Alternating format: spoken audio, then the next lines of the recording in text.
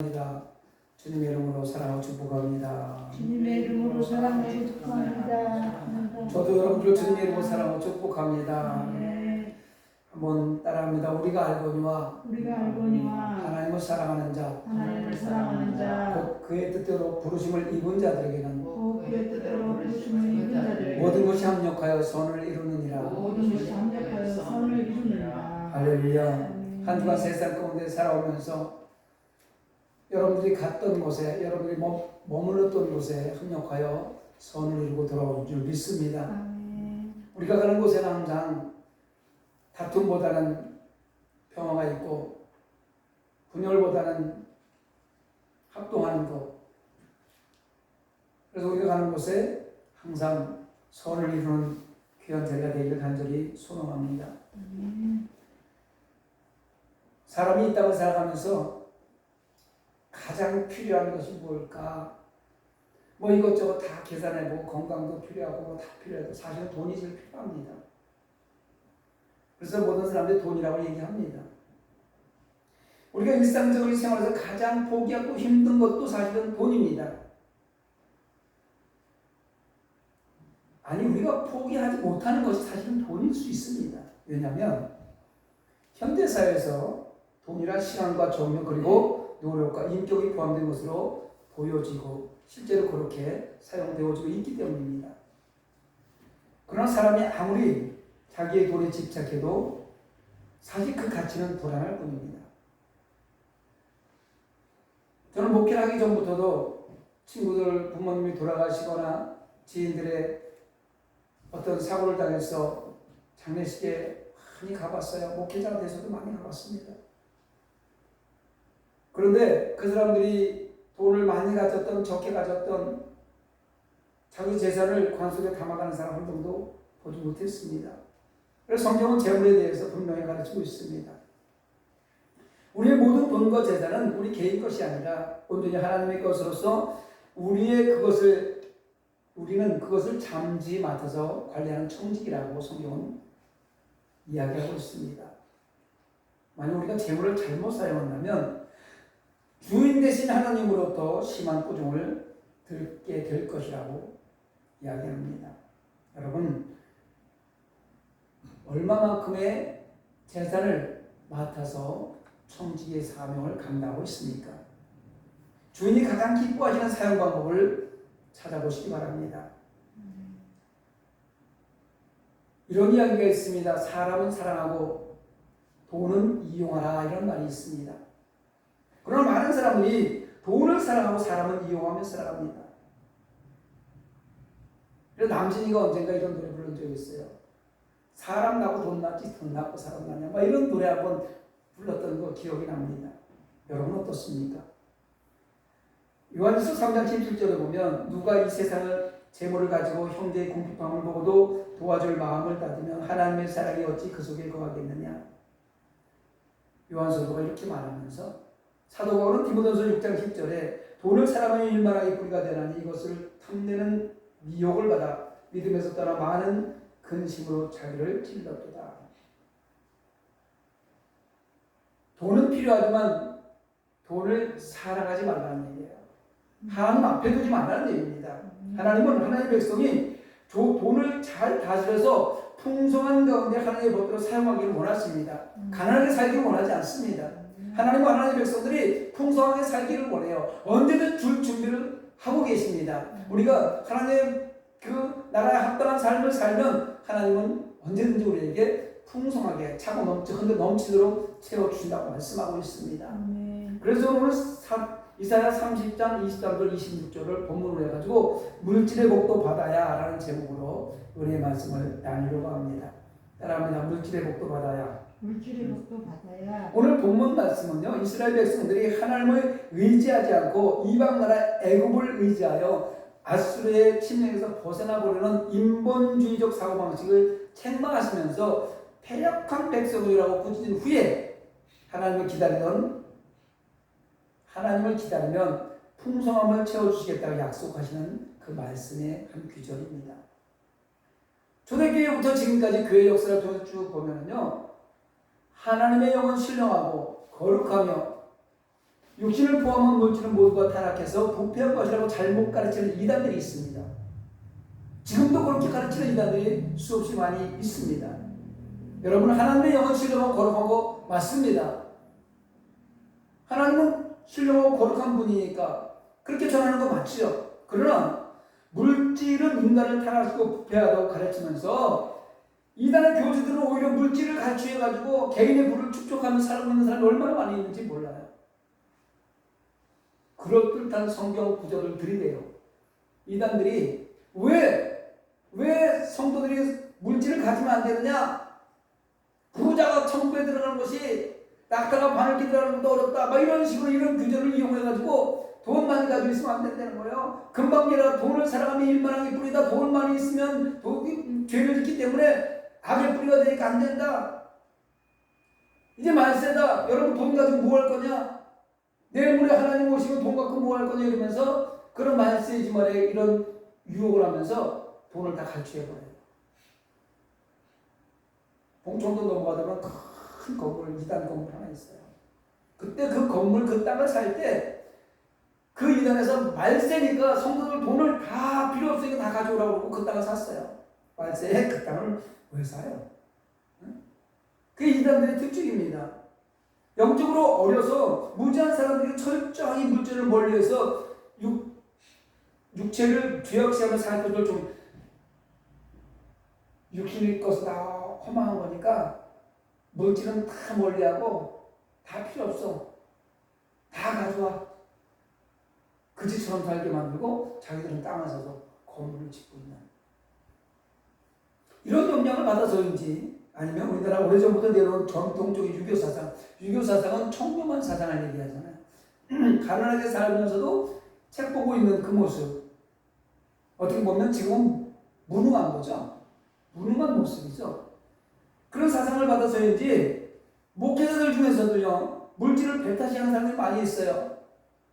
돈이 무슨 필요했냐 그러면서 이렇게 하는 사람들 많이 있습니다. 사실 가난한 사람들이 핑계죠. 이것이 과연 올바른 태도일까요? 그렇지 않습니다. 물질은 하나님이 창조하신 창조물 가운데 하나입니다. 그래서 악한 것이 아니에요. 그리고 하나님은 당신의 백성에게 물질의 축복 주기를 원하십니다. 그러면 하나님은 우리에게 어떤 것을 축복하시며 하나님의 복을 받은 우리는 과연 어떤 삶을 살아야 할까 몇 가지로 한번 나눠볼까 합니다. 첫 번째, 물질의 축복을 받으면 하나님의 성질로 양식을 얻는 복을 받아야 합니다. 시편 37편 3절을 보니까 여호와를 의뢰하고 선을 행하라. 땅에 머무는 동안 그의 성질을 먹을 거리로 삼을지어다 라고 시편 기자는 말합니다. 하나님을 부정하는 사람들 중에서 가장 예수 믿기 어려운 사람들이 누구냐면 과학자들이에요.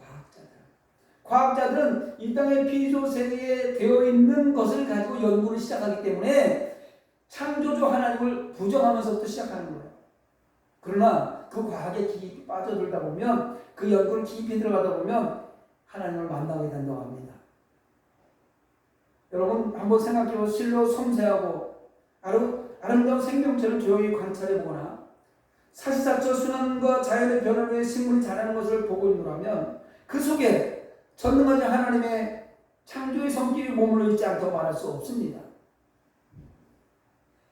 서울 하늘에서 잘 보이지 않습니다만 시골 가서 영월에 있는 친구가 어떻게 전화 왔어요. 밤에. 야, 하늘을 보니까 별이 아주 홍에 떠 있다는 거야. 엄청난 별이 쏟아질 것 같이 떠 있다는 거야.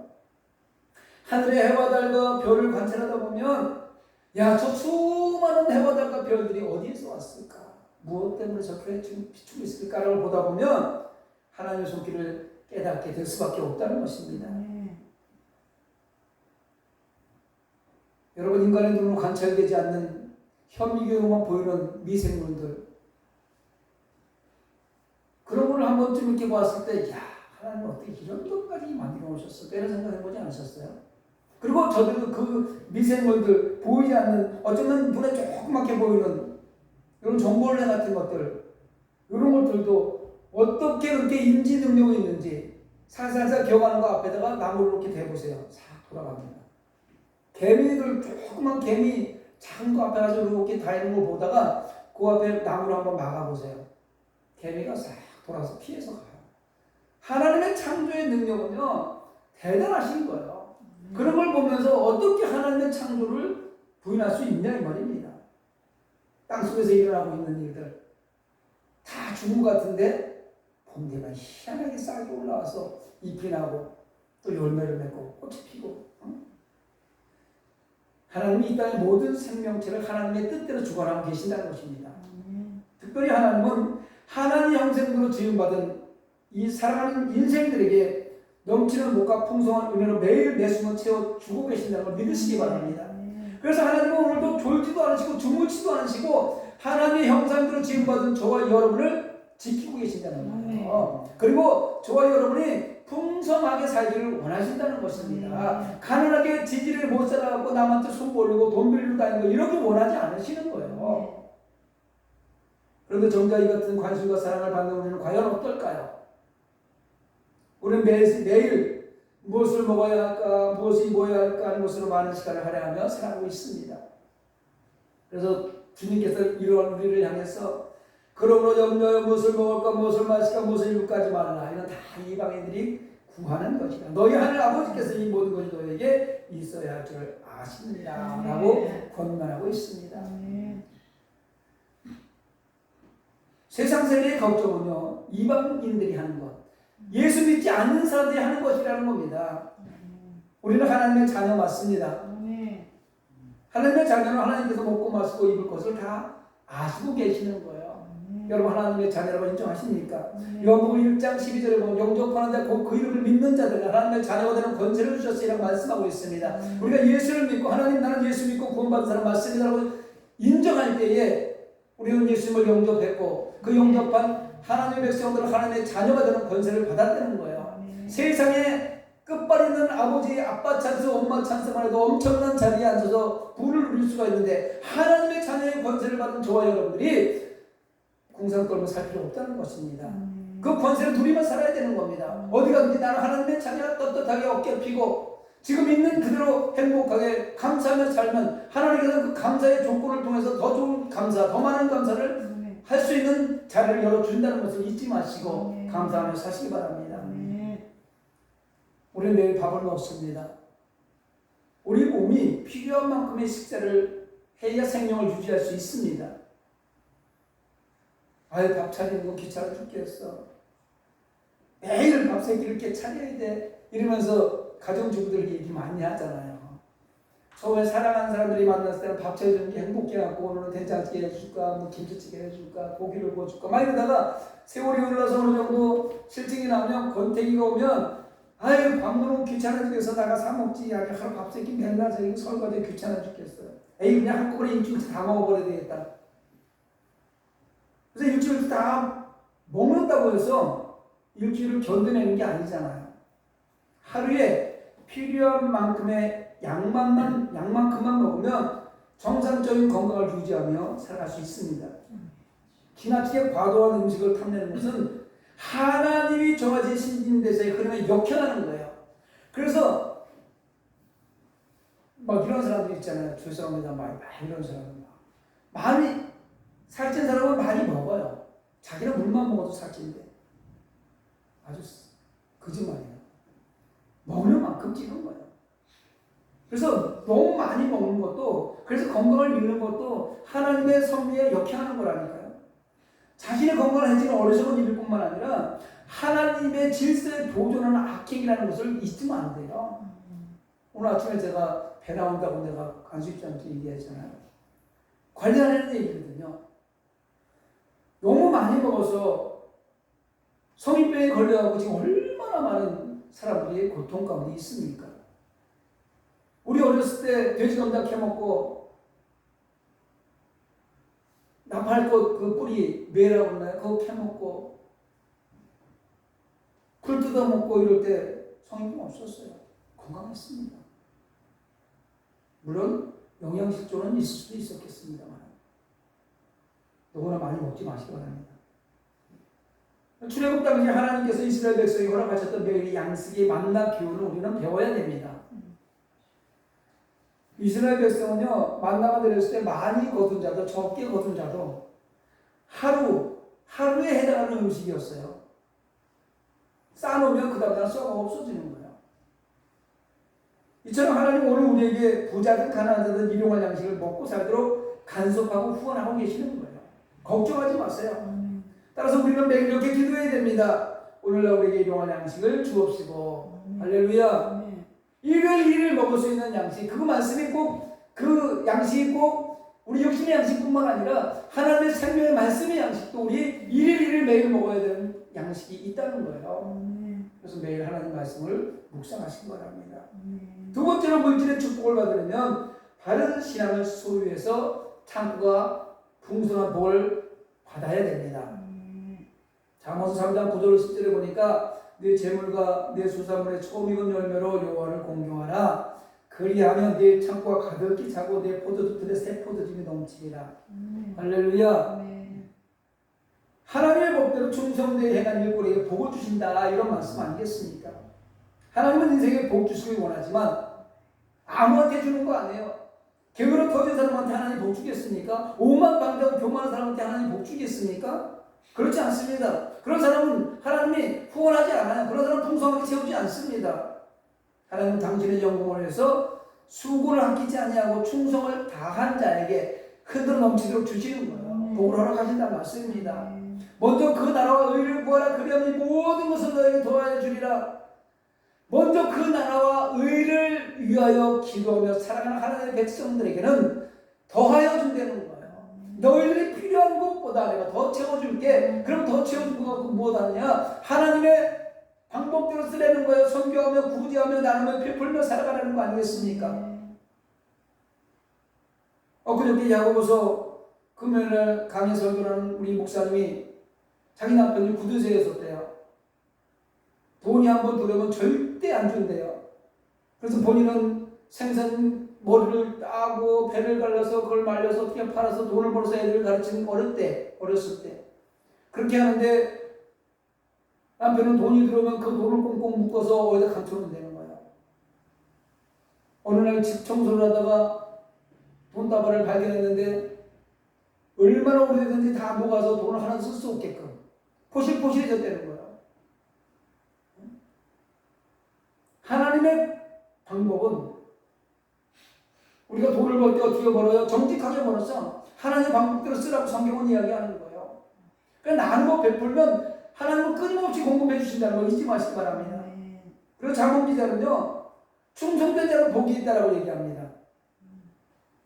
하나님은 충성된 일꾼들에게 현실적인 복을 주는 거예요. 지금 내가 하나님 나라에 헌신하는 만큼, 하나님 나라에 봉사하는 만큼 그 현실적인 복을 하나님은 준비하고 계시다 주신다는 거예요. 당연한 거죠. 내가 죽도록 충성하라. 그러면 내가 생명의 결과를 내게 주리라. 여러분, 충성된 일꾼에게 풍성한 물질의 복만 주는 것이 아니라 영원한 생명의 멸류관까지도 주신다는 거 아니겠습니까? 이 같은 사실을 확인하고 있었던 사도 바울, 확신하고 있었던 사도 바울, 다가오는 죽음 앞에서 두려워하지 않고 오히려 벅찬 감격과 설렘으로 죽음을 기다릴 수 있었다고 디모데후서 4장 7절로 8절에 기록하고 있습니다. 뿐만 아닙니다. 하나님은 그 삶과 생각에서 하나님 되심을 인정하는 성도들에게 복 주시는 거예요. 아들이 아버지를 인정해야 아들에게 뭔가 물려줄 거 아닙니까? 아들이 아버지를 인정 안 하면 아버지가 아무리 많이 가지고 있어도 나를 인정하지 않는 아들에게 뭘 주겠어요? 하나님의 백성들이 하나님이 됨을 인정하면 하나님께서는 준비하고 있다가 주신다는 거예요. 이 같은 사실을 체험하며 살았던 솔로몬은 잠언서 3장 6절에 너는 범사의 그를 인정하라. 그리하면 네게 지도하시리라. 이렇게 알려주고 있습니다. 맞습니다. 맞아요. 하나님. 하나님은 만왕의 왕이시여 유일한 예배의 대상이 있습니다라고 인정하면서 환영하고 모셔드리고 의지하고 따라가는 성도들을 집안을 부유케 하시는 거 맞습니다. 그리고 그렇게 하나님을 인정하고 환영하고 모셔드리고 의지하고 따라가는 그 성도들의 사업을 번창케 하실 뿐만 아니라 그들의 창고가 차고 넘치도록 흔들어 넘치도록 채워주시는 것입니다. 마지막으로 하나님의 후원으로 하는 일마다 복을 받아야 합니다. 물질의 복을 받으려면 하나님의 후원을 받아야 된다는 이 말입니다. 마음에 하나님이 없는 세상 사람들은 때로 사업이 번창하고 삶이 풍요로워지면 예외 없이 교만해집니다. 그래서 부자가 천국에 들어가는 것이 낙타가 바늘기 들어가면 어렵다. 이런 말씀이 여기에 필요한 거예요. 예수 믿다가도 어느 순간에 부자가 되잖아요. 그럼 교만해져 가지고요. 자기가 잘나서 자기가 잘해서 그런 거죠. 세상 방법대로 막 살아가다가 저처럼 쫄딱 망할 때도 있다 이 말입니다. 모든 것이 자기가 잘났기 때문에 다 내가 능력이 있어서 이렇게 된 일이라고 시부하며 고개를 져든다는 말입니다. 그러나 하나님의 사람들은 일이 잘 되어갈 때에 그 모든 영광을 하나님께 돌리게 됩니다. 하나님, 모든 것이 하나님께 영광을 돌립니다. 하나님께서 이렇게 쌓을 곳 없이 부어주셔서 감사합니다. 모든 것이 하나님의 은혜로 이루어졌고 내가 한 것 아무것도 아닌데 하나님께 후원하시는 결과라고 겸손한 자세로 하나님 앞에 나온다는 것입니다. 하나님 이처럼 겸손한 인생의 은혜를 베푸십니다. 동의하십니까? 그리고 마치 시냇가에 심은 나무 풍성한 열매를 맺는 것과 같이 그 하나님과도 형통하게 해주실 것을 믿으시기 바랍니다. 하나님이 죄악된 인생을 택하여 당신의 백성으로 삼으실 때 독생자 예수 그리스도 이 땅에 보내주시고 우리의 죄를 십자가에서 물값을 다 흘리면서 죄를 담당하셔서 구속해 주셨다는 것. 그 구속의 은혜만 해도 감당할 수 없는데 그들에게 특별한 은혜로 후원해 주시고 풍성케 해주시는 그 은혜를 잊지 마시기 바랍니다. 또 그 은혜를 주시는 궁극적인 이유가 무엇인지를 알아야 되는 것입니다. 단지 구원받은 우리로 하여금 잘 살고 잘 먹게 하기 위함일까요? 그렇지 않습니다. 하나님은 궁극적으로 당신의 영광이 온 세상에 드러나도록 하시기 위해서 우리를 택하시고 우리의 삶을 지원하시는 거예요. 우리를 잘 살게 하는 것, 우리를 건강하게 살게 하는 것, 우리를 풍성하게 채워주시는 것은 하나님의 영광을 나타내라고 주시는 거라는 겁니다. 사랑하는 성도 여러분, 하나님께서 환난에서 우리를 건지시는 이유도 바로 우리로 하여금 하나님의 영광의 도구가 되게 하기 위함인 것입니다. 여러분 영광 돌며 사시기 바랍니다. 그렇다면 우리가 풍성한 열매를 얻고 삶이 윤떡하게 될 때에 자만하거나 쾌락에 빠지지 말고 우리의 삶은 후루하지 하나님께 영광을 돌려드리는 것이 마땅하지 않겠습니까?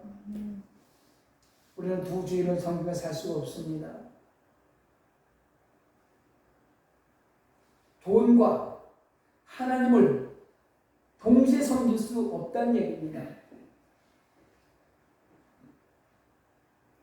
서두에 말씀드렸잖아요. 돈은 우리가 필요하지만 그 돈을 우리의 머리 위에 두고 하나님보다 앞에 두고 그 돈을 쫓다 보면 우리는 하나님과 상관없는 삶을 살아갈 수밖에 없는 그 현상이 나타납니다. 그게 두 주인을 섬기는 거예요. 우리는 돈을요, 내가 끌고 가야 돼요. 돈을 내가 내 발 아래 두고 내 마음대로 움직여야 돼요. 그게 돈 있는 사람이 해야 될 일이 아니겠습니까? 돈을 머리에 두고 있는 사람들은요, 돈을 못 써요. 제가 언젠가 얘기했잖아요. 종로에 2,000원 가지고 있는 할머니가 다 해진 속옷을 입고 있더라는 거예요. 무슨 소용이 있어요? 그게 무슨 소용이 있어요? 다 해진 옷을 입고요. 뭐 검소한 거 좋지요. 근면한 거 좋지요. 그런 세상의 방법은요, 자유경제는요, 수요와 공급을 맞추는 거예요. 돈 있는 사람들은 좀 더 쓰고, 없는 사람은 좀 검소하게 전략하고, 이렇게 살아가는 거 맞지 않습니까? 여기 빌딩은 수없이 많이 가지고 저 앞에 저 수백 억짜리 빌딩 가지고 있는 사람이 티고 타고 다닌다고 생각해 보세요. 맞지 않는 거예요. 그 사람은 거기에 맞게 살아야 되고, 없는 사람은 없는 사람에 맞게 사는데 분수를 알지 못한다는 거죠. 두 주인을 섬길 수 없음을 반드시 기억하시기 바랍니다. 그런데 우리는 가끔 간구해서 두 주인을 섬길 때가 있어요. 이런 그릇된 신앙에서 벗어나야 됩니다. 떨쳐버려야 됩니다. 오직 하나님만을 높이고 예수님 말씀 안에서 예수님과 동행함으로 풍성한 이 땅의 삶도 누리시는 성도가 되시기를 주님의 이름으로 축원합니다. 아멘. 오늘 말씀을 생각하면서 우리가